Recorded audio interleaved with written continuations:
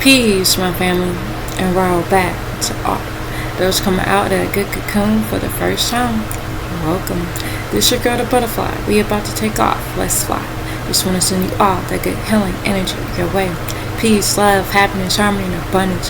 Hope you guys are out there keeping your mind right in that good nine mind. How y'all feeling today? Hope you guys most definitely moving on up in your higher natures and cleansing. Okay. Cleansing the lows. I came right here today to again share. And this right here, rereading the scroll. What laws did Yashua follow?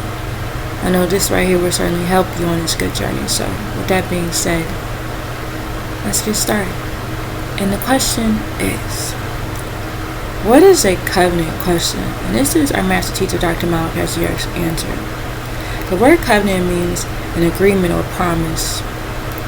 There are three stages of a covenant. 1. Purpose, something set up on an object to be obtained. 2. An act of doing a thing. 3. Agreement, the acting of agreeing an agreement as a cause of action. In Arabic, the word used for covenant is ayad, which means a compact, a contract, a covenant, an agreement, an engagement, a bond, an obligation, or a promise, or to make a vow. There are two words used for covenant which can be found in the Bible and the Quran. One, as I stated earlier, is ayad, and the other is maya torko. The word ayad is used in a promise between Eli and his chosen people if they fulfill his commandments and not break a covenant. Maya is used for a fulfillment of promise. Eli remembered and fulfilled the covenant he made with his chosen people for upholding the laws and commandments. Another example of a covenant that the Most High made is during the time of Noah. He promised that he would never again destroy the earth by water.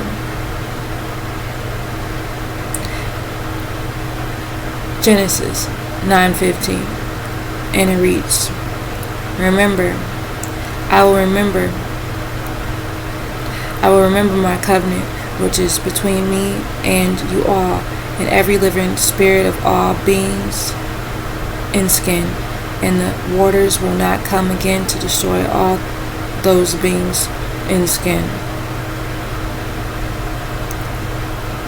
And I will remember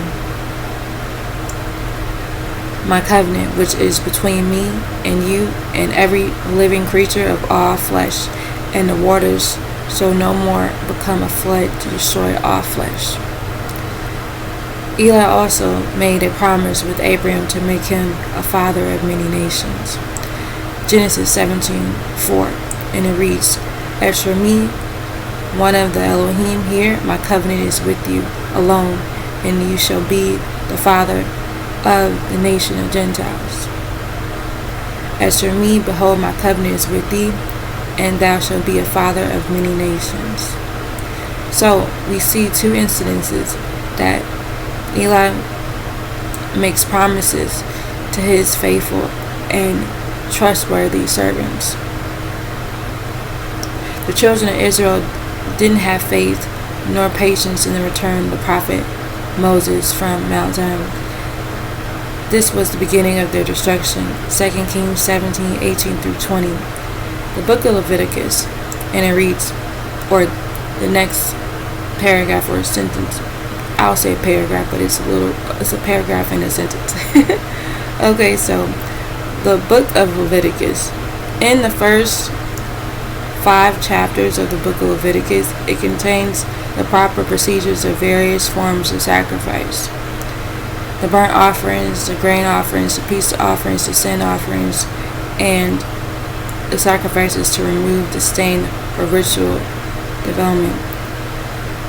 Chapter 6 and 7 of Leviticus entails the functions of the priest in assisting the worshiper who represents a guilt offering, a burnt offering, a grain offering. Chapter 8 entails the robes and ceremonies appropriate to the ordination of high priest. As I stated previously, these new regulations were recorded in the third book of Moses, commonly called Leviticus. Leviticus develops its name, deprives its name from the third son of Jacob by his wife Leah. Genesis 29:34. The Levites as the tribe was called, duty was to preside over community institutions of religion. They were not numbered in the ranks of war because the Levites represented the firstborn, although they weren't the firstborn. Numbers 3:15.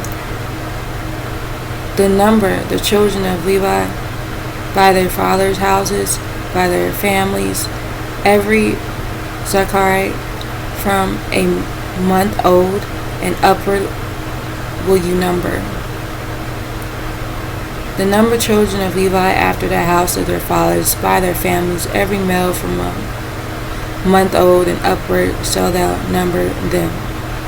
This is the attire that the Levi priests, Exodus 39:6-13, and he has a little picture of it in the scroll. So it goes on to read, why were the Levites exempt from the ranks of war? Question. And it reads, when Israel went to war, they all had to be counted in a census to enroll in the army. Number 1:3, with the exception of the Levites, they were to give themselves to the service of the tabernacle. Numbers 1:45-53. All right now. So I'm going to keep this one short. So it's just something to take a look at, and if you are interested, you should check it out. I'm going to leave it at that for now. Again, family, if you have any questions, you can leave in the comment section. I'll be happy to answer.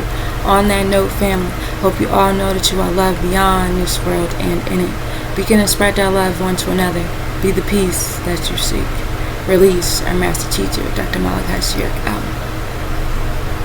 Peace, shalom, Yashua, divine love, family, and watch you. And it's all